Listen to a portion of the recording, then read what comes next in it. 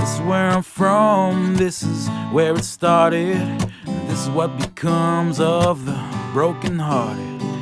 This is going out to those departed from a life so young it was barely started.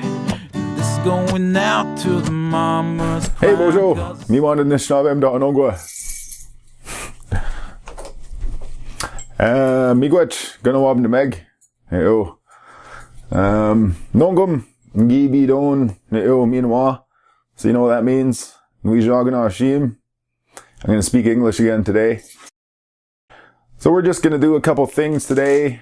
A couple little grammatical things, so to speak. The first thing is talk about locatives, as it's sometimes called, or the locative ending. Oh gosh, again, shish. Do you hear that cat? She's running around. Anyways, the locative ending is like an NG sound on the end of a word. So that's talking about at that thing, or by it, or near it. There's words you can use to be more specific, like beside or on top. We'll get to that in the future. But anyways, this NG ending is on words when you're talking about at that thing or at that place. So you'll hear it a lot on place names. For example, Wasoxing, Ejnakadig Ew Ke, Wasoxing is the name of this place here. So the NG ending specifies that it's a place. That's where it is. So you'll hear this on other place names like Wienbigong. Wienbigong is Winnipeg, and Wienbi is talking about the muddy or the dirty water there, because the two rivers meet and it's really murky water. But it's Wienbigong, so it means like at the place of the muddy water, the murky water. I'm not sure exactly how to translate it, but that's what it means. So the ong on the end there specifies that it's the locative ending. So this works on all sorts of things, like daban is a car. If you say dabaning, that can mean in the car or at the car. Like I said, you use other words to be more specific, but fact of the matter is the locative ending is an NG. NG. Now? So yeah, you hear this on other place names like Chiging up on Manising, Manitoulin Island. Zhgagong actually is another example of an anglicized one. It's Chicago. Zhgagong. Zhgag is a skunk. Zhgagong specifying like place of skunks. So Zhgagong, I guess maybe there was lots of skunks there back in the day. That's why Nishnaabe called it Zhgagong.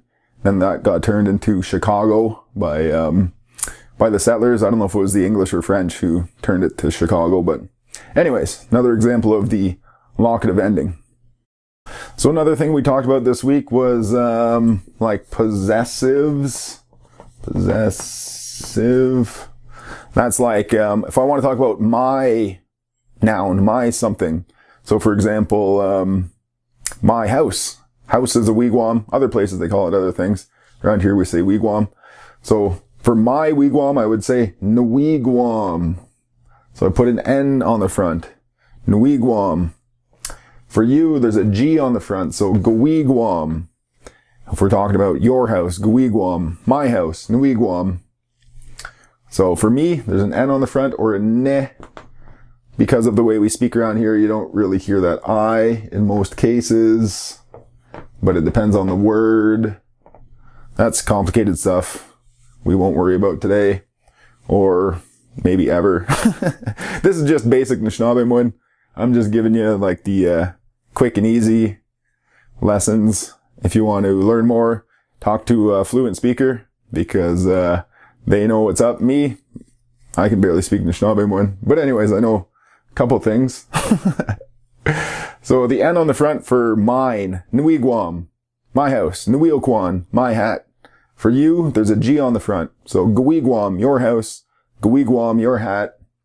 And you'll notice that the N pops up in many different circumstances when it's talking about me or mine. So for simple verbs, there's an N on the front when I'm talking about me doing it, like najibakwe, or you gajibakwe.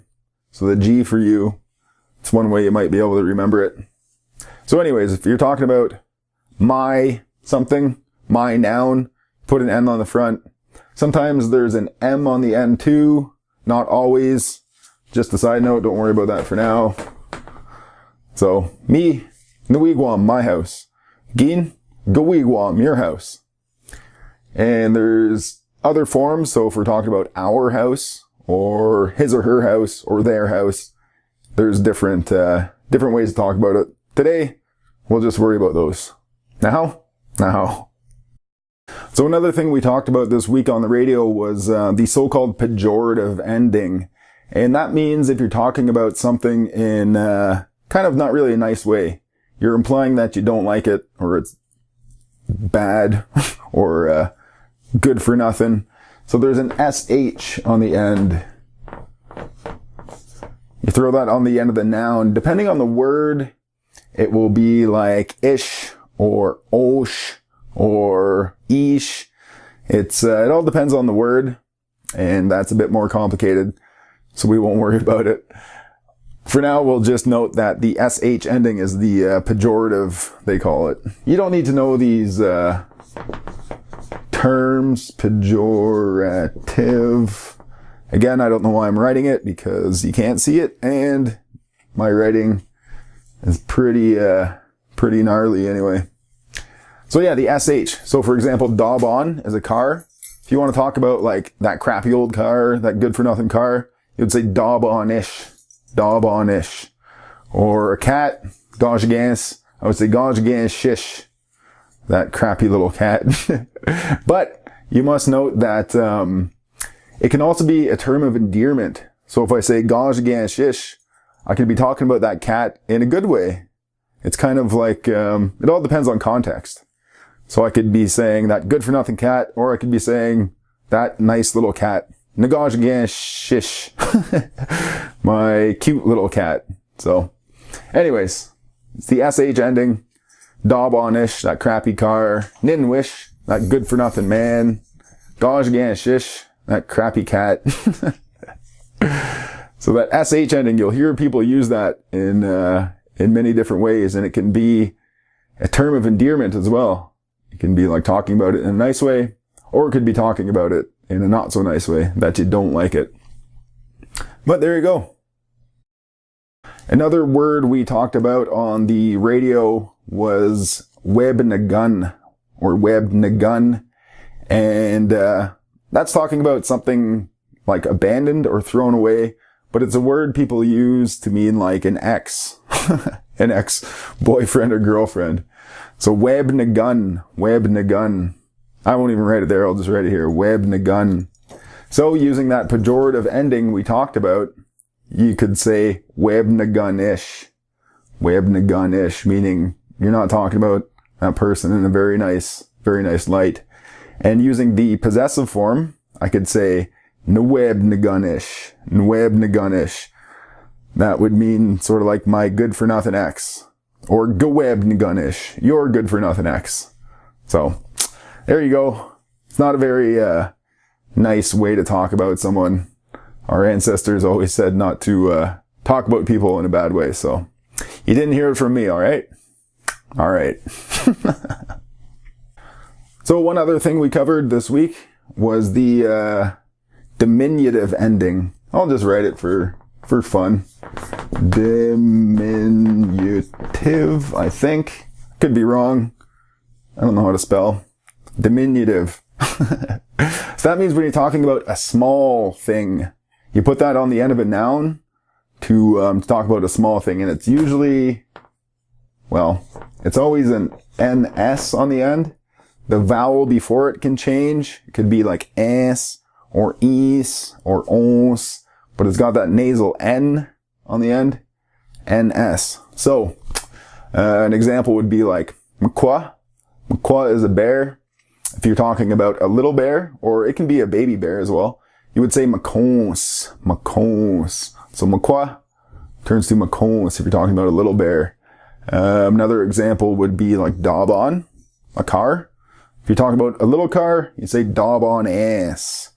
Daub on ass. So that NS ending comes up all the time, talking about like a little thing. So another example is gauge a gas is a cat. Gauge a gas. So the S on the end, talking about it being a small thing. Gauge gas. Ambe. Yeah. Ashke. Ambe bijan. Meow. Ambe. Oh. Meow gauge gas. This is a cat. Ophelia Jinkaza. Gauge a gas. Ass because she's small. Okay, sorry, kitty. She doesn't like being picked up. I'm sorry. But you're on YouTube now, cat. You're famous. Anyways, ass, is, ons, diminutive ending.